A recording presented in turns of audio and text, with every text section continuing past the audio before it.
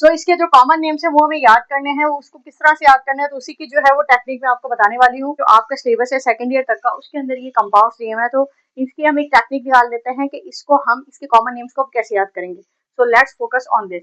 अब यहाँ पर देखें 2 कार्बन है और दोनों के ऊपर ही COOH ग्रुप लगा हुआ है। तो अगर आप इसके आयुर्वेदिक नेम्स देखें तो that is dioic acid, means के जितने कार्बन नंबर्स हैं वो प्रीफिक्स हमें पहले मेंशन करना है नंबर ऑफ कार्बन एटम का, that is the alkyl part, that means ethane. Ethane means 2 carbon atoms, so ethane dioic acid having 1 COOH group present on each carbon.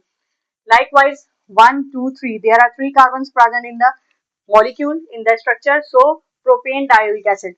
So simple जो है हम यहाँ पर dioic acid will remain same and we just setting the number of carbon atoms before dioic acid. ठीक है, so butane 4 के लिए हम इस्तेमाल करते हैं 1 2 3 4.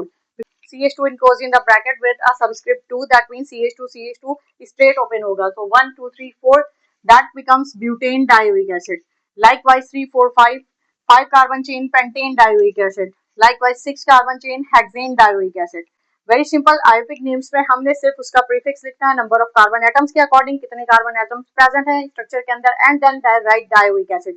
No need to mention on which carbon atom the COOH group is present because it is understood कि carbon के ऊपर जब COOH लगता है तो वो फर्स्ट और लास्ट कार्बन पे ही लग सकता है. There is no any condition के वो सेंट्रल कार्बन पे या चेन के अंदर किसी कार्बन के ऊपर अटैच हो, क्योंकि COOH हमेशा टर्मिनल्स पे ही आता है.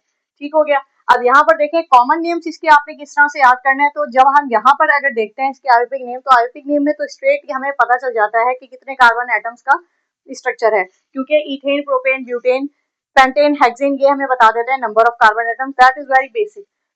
इथेन डायोइक एसिड का कॉमन नेम है oxalic acid. Like propane dioic acid का कॉमन नेम है malonic acid. Butane dioic acid का कॉमन नेम है succinic acid. Pentane dioic acid का कॉमन नेम है glutaric acid. Hexane dioic acid का common name है adipic acid.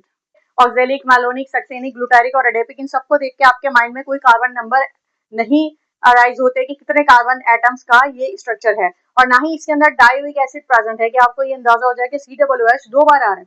तो आपको क्या करना है कि जब भी आप ये नाम याद करेंगे तो इसके पैरेलल आप याद करेंगे. लाइक अगर हम इसको याद करते हैं इथेन डायोइक एसिड, तो अब इथेन डायोइक एसिड को पढ़ने के साथ ही फौरन पढ़ेंगे ऑक्जेलिक एसिड.